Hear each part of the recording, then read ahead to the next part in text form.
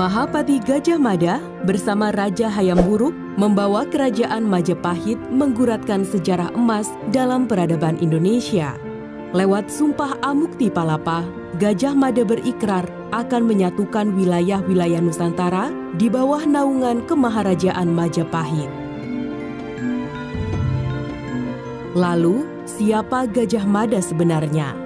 Sejumlah sejarawan dan sumber ada perbedaan tentang asal-usul sosok ini. Dalam Tafsir Kekuasaan menurut Gajah Mada, Jurnal Politik volume 11 tahun 2015, karya Yusak Farhan dan Firdausyam yang mengutip isi kitab Usana Jawa atau sering disebut Cerita Bali, dijelaskan bahwa Gajah Mada lahir di Pulau Bali Agung. Sejarawan Muhammad Yamin punya pendapat yang berbeda. Menurut Yamin dalam bukunya Gajah Mada, Pahlawan Persatuan Nusantara, menuliskan bahwa Gajah Mada tidak memiliki ayah dan ibu.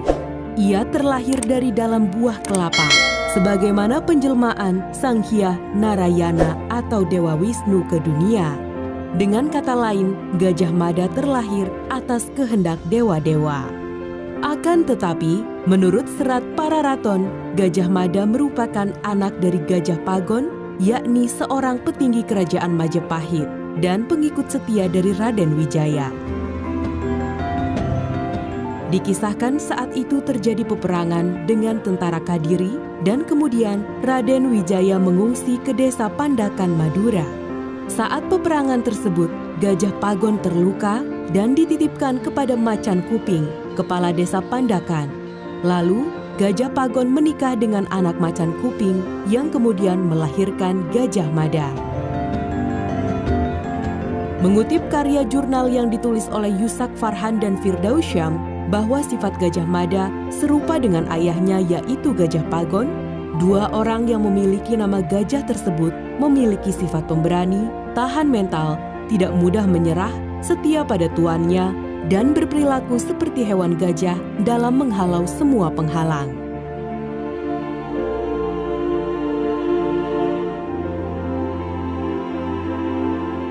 Terlepas dari latar belakang Gajah Mada yang masih belum diketahui secara terang, sosok ini punya peran penting dalam sejarah Majapahit. Gajah Mada memulai karirnya di Majapahit pada masa pemerintahan Jaya Negara. Saat itu, ia menjadi bekel atau prajurit di Kesatuan Khusus Bayangkara. Peran sentralnya dapat dilihat ketika terjadi pemberontakan Rakuti, yaitu pada tahun 1319 Masehi. Dalam Serat Pararaton dijelaskan bahwa saat Rakuti melakukan pemberontakan, yang menjadi bekel jaga di kerajaan Majapahit adalah Gajah Mada. Atas jasanya menyelamatkan Raja Jaya Negara, ia diangkat sebagai patih pada tahun 1319 sampai tahun 1321 Masehi untuk mendampingi Rani Kahuripan yang saat itu dijabat oleh Tribuana Tunggadewi. 2 tahun setelahnya, Gajah Mada diangkat menjadi Patih Daha untuk menggantikan Patih Arya Tilam yang telah mangkat. Peran sentral Gajah Mada di Majapahit semakin menguat. Ketika Gajah Mada diangkat menjadi Mahapatih Amangkubumi Majapahit pada tahun 1336 Masehi. Pengangkatan tersebut didasarkan atas jasanya yang berhasil memadamkan pemberontakan di daerah Sadeng pada tahun 1331 Masehi.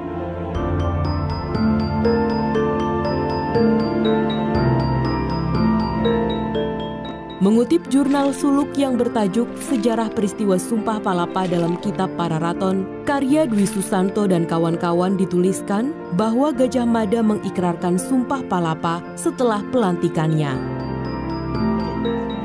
Sumpah Amukti Palapa merupakan manifestasi program politik Gajah Mada terhadap Majapahit agar dapat menyatukan Nusantara yang berbunyi, "Lamun hawus kalah Nusantara isun Amukti Palapa. Lamun kalah ring Gurun, ring Seran, Tanjung Pura, ring Haru, ring Pahang, Dompo, ring Bali, Sunda, Palembang, Tumasik, samana isun Amukti Palapa." Sumpah yang diucapkan saat pelantikan Gajah Mada sebagai Mahapatih Majapahit di hadapan Ratu Tribuana Wijaya Tunggadewi itu bermakna, jika telah menyatukan Nusantara, saya baru akan melepaskan puasa. Jika mengalahkan Gurun, Seram, Tanjung Pura, Pahang, Dompo, Bali, Sunda, Palembang, Tumasik, demikian saya baru akan melepaskan puasa.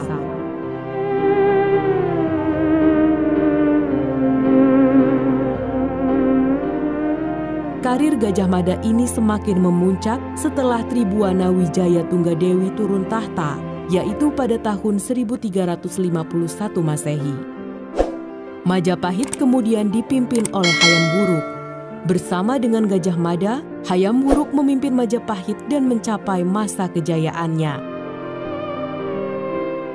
Namun kegemilangan Gajah Mada pun meredup ketika Perang Bubat pada tahun 1357 Masehi.